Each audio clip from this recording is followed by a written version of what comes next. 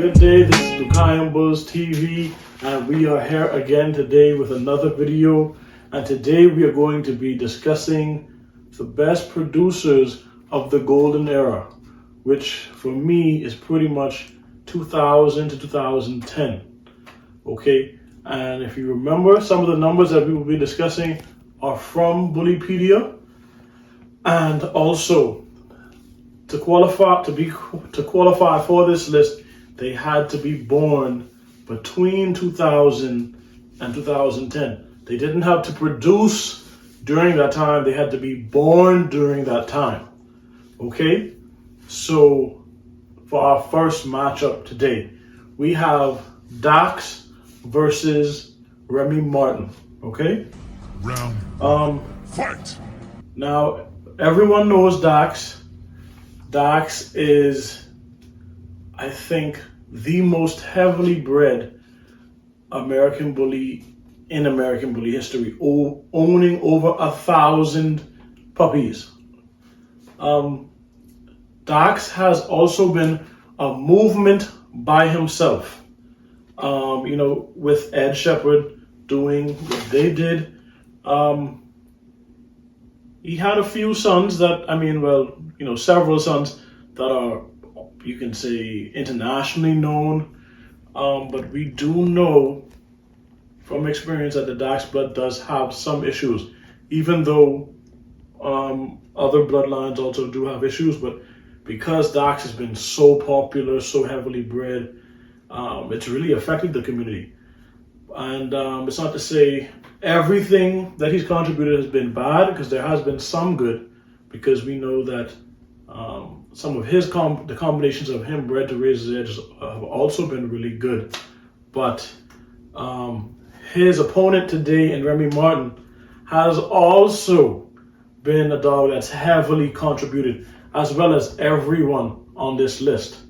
And when we look at Dax, his offspring compared to Remy, I think there's about 800 or 700 puppy difference. And we know what Remy has brought to the table in terms of the good structure, the conformation, even though some of those dogs can have a bit of a fiery temperament. Okay? But for us, the health issues are a big concern.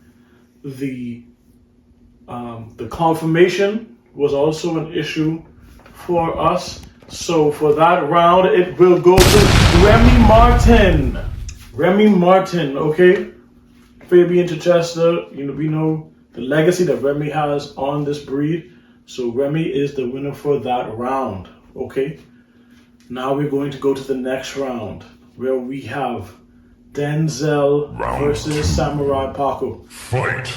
And if you were around this time, anywhere from 2000 to even as late as 2013, all the dogs on this list were very popular. I mean, they were pretty much like the faces of the breed on social media. Every time you went on Facebook, you would see photos of these guys. But Denzel is as popular as they come. Now, he's not, I guess, as conformationally sound as his opponent today, Samurai Paco, but we know the contribution he's had. He produced a lot of clean dogs, being selectively bred, which we really like here. He adds size, he adds bones.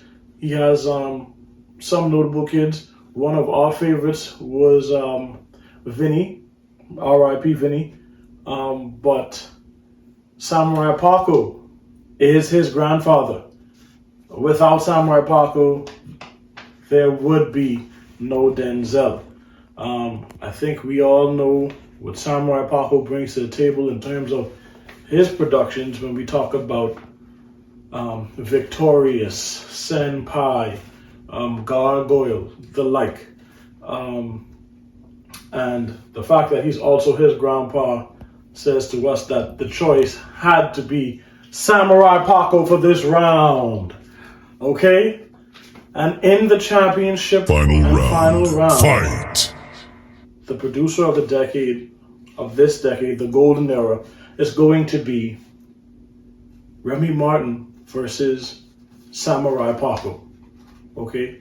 And we know that Remy was a movement by himself. I mean, one dog, one line. I mean, they had a registry called the Remy Line Kennel Club. Okay, where so many dogs at the shows looked like him.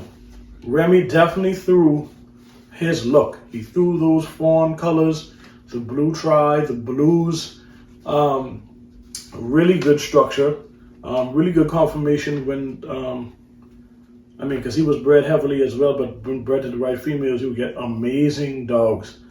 And the results are undeniable. His impact has also been undeniable, but we can say the same thing for his opponent, Samurai Paco. Samurai Paco has not only produced very good offspring. The difference I found is that I'm more familiar with Samurai Paco's offspring than Remy Martin. I could only find a handful, even though I know there are more out there. And another thing I want to throw in there about this list is all of these dogs have produced a lot of good dogs that have not been heavily marketed, so we don't know a lot about them. But we're only going to talk about what we know and what we see often in the community. So, Samurai Paco here. When you see Samurai Paco, you know that his look is different from a Remy Martin dog based on there's a specific head shape, the structure, and Paco's offspring usually have a more compact body. The Suarez bull stuff usually has a more compact body than most other dogs.